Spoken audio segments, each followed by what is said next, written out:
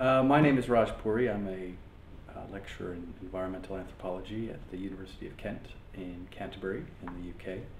And I teach environmental anthropology and studies of ethnobiology and research methods to undergraduates, masters, and PhD students.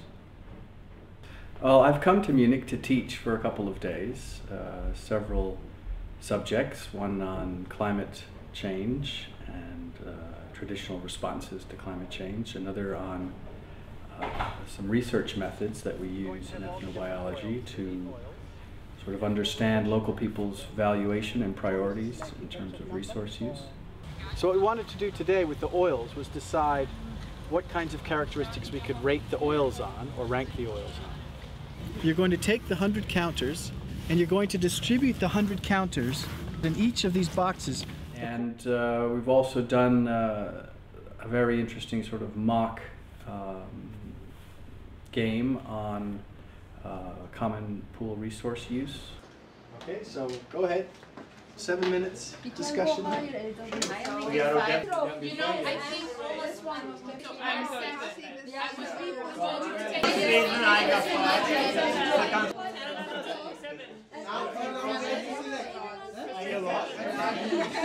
You can negotiate, but do not make threats or any promises of side payments. Someone's taking more. Michael? Who's taking Michael, please come. Are you A? We're going to punish you. No, bring your page. My page? Yes. All my stuff? Yeah. Why? Yeah, because we know someone's taking. Looking at tragedy of the commons and the way people behave in those kinds of situations. Question. No, but Michael, this is not good. How can you do this? We live in one village. Really? Michael, You can't be a free rider. I'm sorry. What's that? You can't be a free rider. I'm not free riding. You are. I'm out there fishing. Fishing a lot. Please come and show the page. I can always kill him if you want. We don't want to kill him. Maybe we can persuade him. We have friends. Mike, I have friends.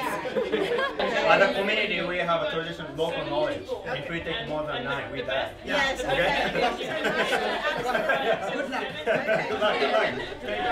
And lastly, we also did sort of a critical reading of a text by Tanya Lee entitled The Will to Improve, which is a case study of relationships between local people, conservation and development, and the government over several generations, and in particular more recently, and looks at the way conservation agencies are inherently apolitical in terms of their relationship with local people and in doing conservation and development projects. And this is problematic because a lot of the issues are actually political.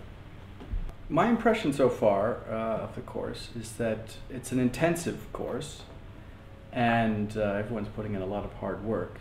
Because it's an intensive course, it's going to have a lasting impression. And I think that's the key aspect in these kinds of courses, that we bring together students from around the world with many diverse disciplinary backgrounds, as well as sort of different life stories, and they come together in a very intensive, close collaboration for 3-4 weeks and really get to know each other, and at the same time learn very intensively. And I think that will have a lifelong impact on their work, their careers. As for the students, yes, I find them very bright, very willing to engage, certainly critical thinkers, can ask questions very easily, like to dialogue.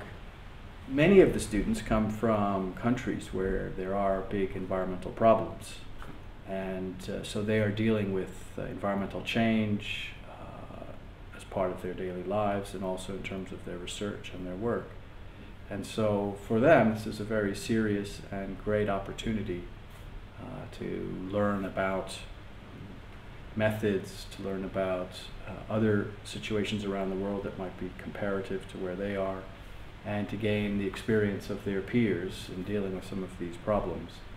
and hopefully also gain some confidence that there are other like-minded people out there that are doing similar kinds of things and that they can communicate with in the future through the alumnus network that's going to be set up with this course. It would be great if this academy could go on for several more summers, or as long as actually there is funding for it, so that we can build up a network of young conservation leaders around the world that can be linked through the website and through the kind of networking that we're setting up. And that would, again, facilitate the exchange of information between different parts of the world and between these leaders. So actions can be coordinated, lessons can be learned, best practice can be spread. And so I think it's vitally important that the Academy continue for as many summers as is possible.